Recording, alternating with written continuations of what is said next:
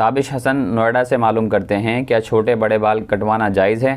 اور ایک مشت داڑھی کا کیا مطلب ہے؟ اور کیا داڑھی کو سیدھا کرنے کے لیے کریم وغیرہ لگا سکتے ہیں یا نہیں؟ احادیث سے معلوم ہوتا ہے کہ حضور اکرم صلی اللہ علیہ وسلم بڑے بال رکھنے کا اہتمام فرمایا کرتے تھے۔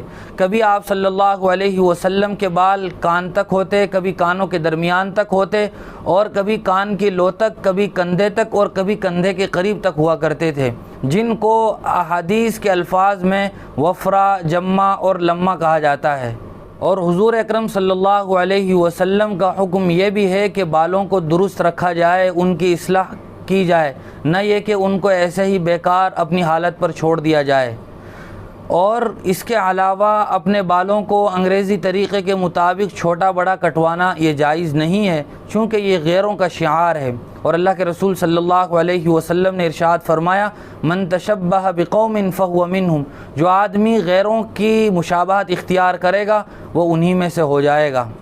اور جہاں تک تعلق ہے داڑھی کا، داڑھی کے بال اگر گال پر ہوں یا گلے پر ہوں تو ان کو کٹوانا درست ہے۔